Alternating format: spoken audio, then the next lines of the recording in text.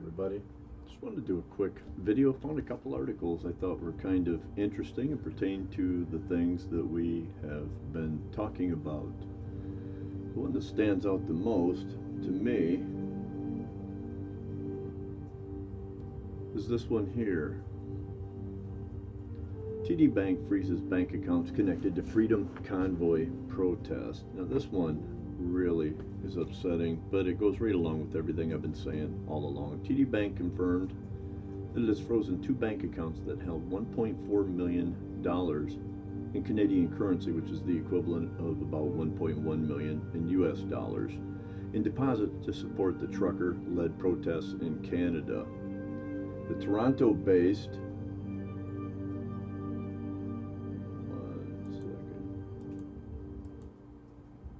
Toronto-based financial institution has appealed to the Ontario Superior Court of Justice to obtain the funds with the intention of returning the cash to donors who have requested refunds, but whose entitlement to a refund cannot be determined by TD. Spokesperson for TD, short for Toronto Dominion Bank, told news outlets on February 12th. And the people are asking for the refunds. It's not that they requested their money back, which is how they like to spin it. It's because of the GoFundMe page has closed the account down, so all this money's caught in limbo, stuck in this TD Bank of Canada. One of the bank accounts received a lump sum of $1 million in Canadian currency via the crowdfunding platform GoFundMe, while the rest, about $300,000 Canadian dollars, was sent to a second account through several bank electronic transfers. A TD spokesperson told Reuters. The spokesperson said the bank doesn't know where the GoFundMe payment originated. There are significant questions surrounding the legal basis under which TD Bank seized donation funds and applied to transfer them into court. Jake Cameron, a spokesperson for the Justice Center for Constitutional Freedom, a group representing the protesters, told the Epoch Times on February 14th. Keith Wilson, an attorney for the convoy, said TD Bank was put on notice that their actions are improper and disappointing after the accounts were frozen.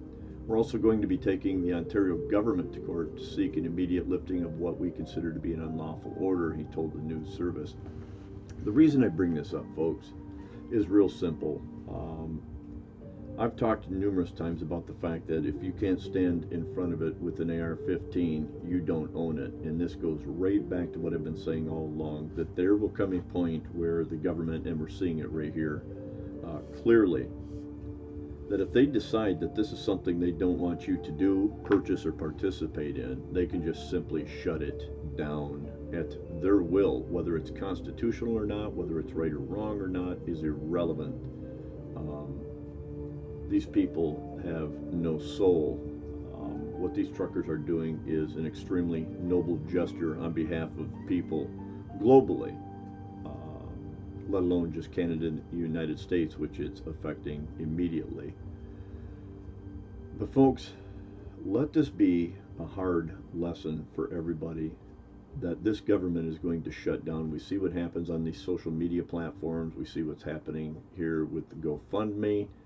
And this is just going to escalate, and it's going to continue. They're not going to stop. They're not going to back down. In this trucker protest, the one thing I've talked about many times, you guys, is the fact that these people are quite satisfied with tiny, seemingly insignificant incremental victories. And so they're going to get some pushback right now, and so they'll pull back a little bit until everybody relaxes, and then they're going to trudge forward again with the exact same plan they're trying to institute right now. This is not going to stop. Folks, there will be no peaceful resolution to this. These people don't understand kindness. They don't understand peaceful. They rule down the barrel of a gun. They rule through intimidation. These are tyrants. Make no mistake about it. And as I said before, every atrocity throughout human history has been perpetrated by tyrannical governments. This is just another indicator as to just how tyrannical they truly are. If they don't like it, they're just going to shut the money off. So what I keep telling you about investing in gold and silver, getting your money out of these stinking banks that are government controlled, because if they want your money, they're going to take it, and it can happen overnight in a blink. We need to think about this. Another article that I wanted to bring up real quick is the one that pertains to Russia and Ukraine, and just want to read through this real quick because I want people to grasp the reality of what's truly taking place over there. The news media really isn't spinning it the way it should be told, but there's one comment in here that should send chills down everybody's spine. I'll read this real quick. The Department of Defense confirmed Saturday that some U.S. troops are leaving Ukraine. They're just relocating them. Secretary of Defense has ordered the temporary repositioning of Florida National Guard, which they might as well send the Boy Scouts to send the National Guard. Troops out of Ukraine. Pentagon Press Secretary John Kirby wrote in a Twitter post, the move was ordered to protect the safety and security of U.S. personnel, but the United States is still committed to our relationship with the Ukrainian armed forces, he went on to elaborate.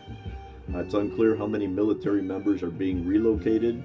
Some media outlets reported that 160 members of the Florida National Guard are withdrawing from Ukraine. The Epoch Times cannot verify the number independently. The Pentagon is moving more troops into Eastern Europe to deal with the potential invasion of Ukraine by Russia, which the Pentagon said could happen in days. About 1,700 paratroopers from the 82nd Airborne Division are arriving in Poland.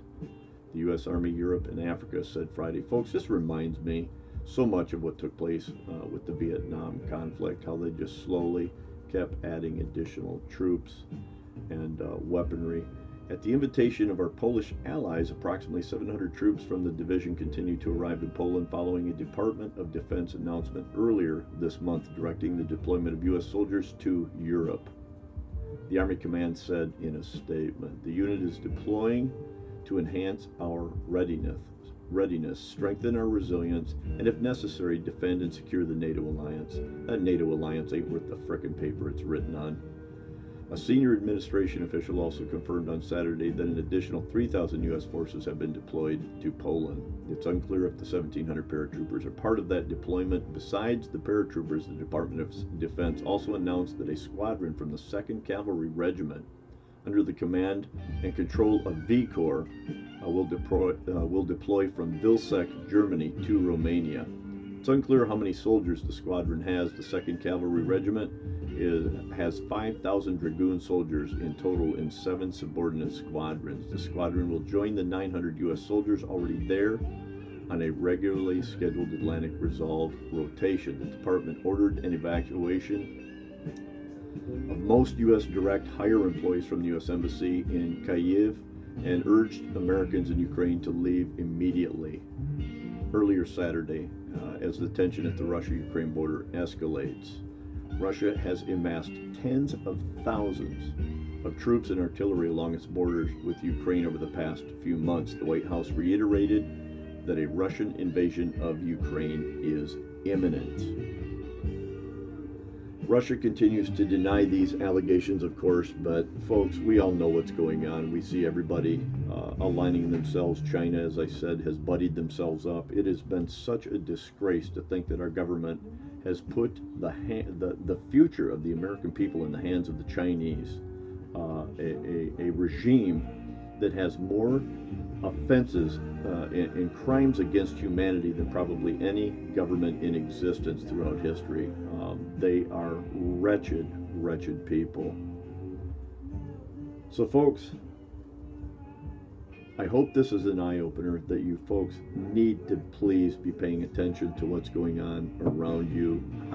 We talked in the live feed last night, and I just want to drive that nail home, folks, that we have some huge, huge problems. They're continuing to print money. The dollar is quickly devaluing what little bit is left. So folks, please pay attention. Please prepare. Divest your money. Get into something that's going to be worth something. Like I've always said, whether it's cans of chicken noodle soup, silver, gold, whatever it is, it doesn't matter as long as it's not U.S. dollars. And get your money out of the banks before this transition takes place. Hope you're all having a great night. It's frigid temperatures out there. It's going to continue for the next week or so, it looks like, with a little rain in the future. But we're almost through the month of February. Let's just hope that things can stay somewhat normal until this winter ends, because I'll tell you, look around at these temperatures, folks. How many of you people, if electricity and or gas were to shut down for whatever unforeseen reason, what is your potential to be able to continue heating your home and doing a plethora of other things, cooking food and other things, lights, heat, water? Think about these things, folks. We're living in some very, very precarious times. Hope you all have a great night. And like I said, just wanted to keep this in front of you. Don't drop the ball, folks. Now is not the time to get apathetic or complacent. Have a good night.